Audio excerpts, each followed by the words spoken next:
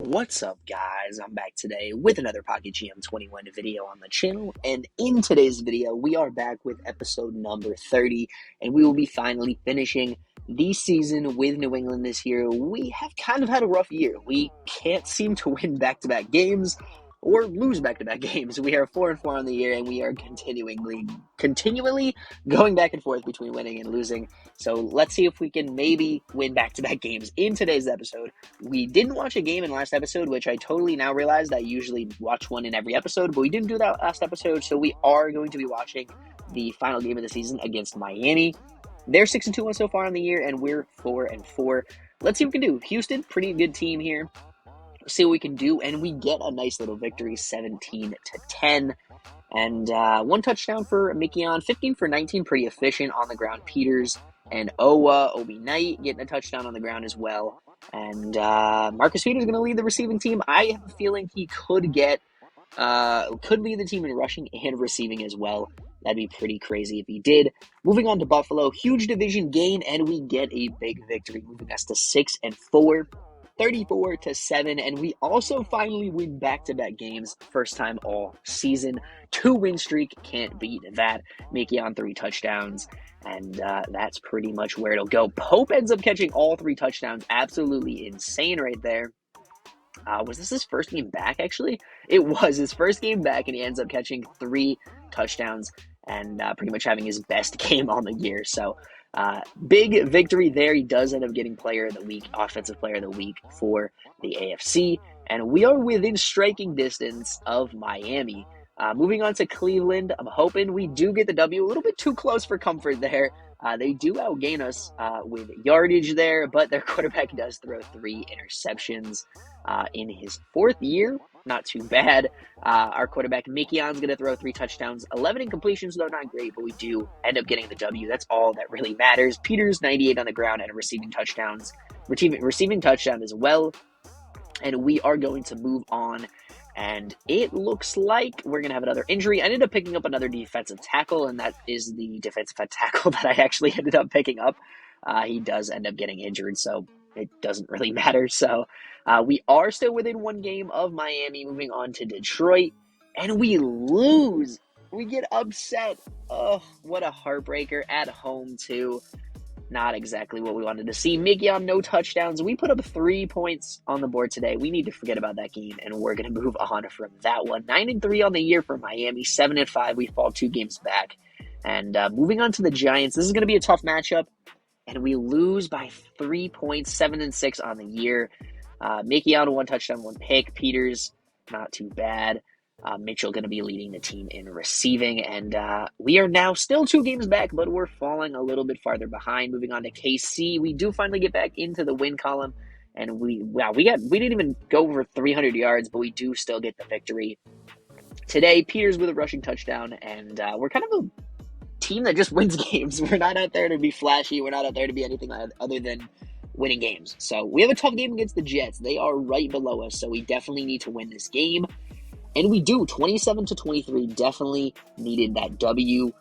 430 yards of offense. Mikion with one of his worst days on the year, throws 2 interceptions. Peters with a rushing touchdown. Mikion also with a rushing touchdown as well. And that's going to move us to, 9-6 on the year, still 2 games out of Miami. Going to be tough to catch them. I have a feeling we probably won't be able to. But Nixon, our leading interception guy, is actually going to get injured. 4 interceptions on the year, and he does get injured for 2 more games. So he's going to be out for the rest of the regular season. As we move on to Cincinnati, we lose. That is exactly what we didn't need to have happen. Their quarterback goes through 3 touchdowns. Obi Knight's going to lead the team in rushing, and we're going to take the L there. And that's pretty much going to lock up the division for Miami. They move to 12-4 on the season. And I have a feeling we're probably locked into the playoffs here, but I would really like a W. They're locked into, they have a seed to play for. And we'll see what we can end up doing here. We are going to watch this game against Miami. Their quarterback having a little bit of a rough year, 21-19 for Wayne Douglas, but their defense is absolutely phenomenal. Noyle with 1,000 yards rushing, Tryon with 1,200 yards of receiving, Cameron Parsons 11 sacks, Smelter with 10 sacks. We have a tough battle against these guys. Walker Stevenson, you guys know Walker Stevenson. absolutely balls out every year, above 2 interception. This guy is, I hope he goes to the Hall of Fame because I definitely feel like he deserves it, but he's on the decline, so we'll have to see. But this is going to be a tough little matchup. They still have something to play for. We're going to do this at 2 times speed. They still have the 1 seed to play for. I think it said Houston was another team that was up there for the 1 seed. And we'll see what we can do here. We have a lackluster offense, or we have a lackluster defense. They have a lackluster kind of offense, or not a phenomenal offense. So we'll see what we can do here as we head farther into the first quarter. We do end up scoring the first points of the game, but Miami is going to drive down the field and end up scoring their own touchdown and tie this game up as we head into the second quarter. And not too bad of a start here. Kind of a low-scoring game. I kind of expected that with Miami's defense being phenomenal. We do miss a kick. We need a new kicker. He is a rookie, though. I did totally forget he was a rookie, so I feel like we should cut him a little bit of slack and see how he does next year. But I'm hoping we can close this one out today as they are driving, and they do get 3 points on the board before halftime. And we're going to be driving again, and we miss another kick. That is 2 kicks that have been missed so far by our kicker. Maybe we're looking at a change earlier than that, but Miami is driving down the field. We do end up getting the stop there. We just really need to get this offense going. Their defense is really stopping us today. In the air, we really 86 yards for Mikion, but we do get on the board with a touchdown, 14-10 lead as we get another field goal, 17-10. Their quarterback has 2 interceptions. This is really where we need to pull away here. As we are driving, we get another touchdown, miss the extra point, of course, for a 13-point lead. 5 minutes left in the game. Miami does score a touchdown to cut this within 6 or 7 points. So they look like they missed a kick of their own. They're driving down the field, and they tie this game up. We allow 13 points in the fourth quarter, and they look like they're driving again. We do get the stop. We do need to score points on this drive. 18-yard, 8-yard gain. Incomplete kick is good, and we get the W. We get the revenge on Miami, winning both games this year. Our kicker struggled today. Struggled big time, missing 2 kicks and an extra point, but he ends up hitting the game winner. That could have been, I think it might have been the 55-yarder, but he hits the game winner, the one that mattered. Mikion with 1 touchdown on the ground. Obi Knight, 121 yards, 123 yards. Peters with a rushing touchdown, and we get the huge victory against Miami, and that is going to lock us in for the playoffs. The playoffs will probably be in next episode, I want to say, and we'll see what ends up happening. That also cost Miami the number 1 seed as well. So we knock them out of the 1 seed, move us up to the 5 seed, and wow, I can't complain about that. We have 3 8 and 9 teams making the playoffs. I'm not even sure what to say about that. The AFC was rough this year, and I mean the NFC was pretty solid.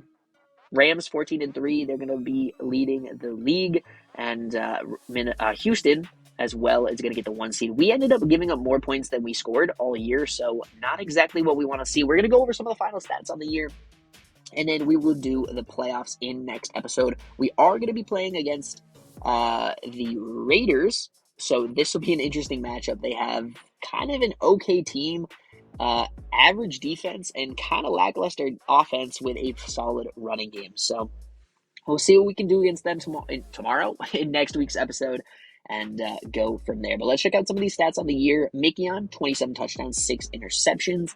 Definitely not too bad of a year. 1,248 yards for Peters. And then Knight's going to go for 832, and William is going to go for almost 600 yards. Mikion's going to also get 274 on the ground.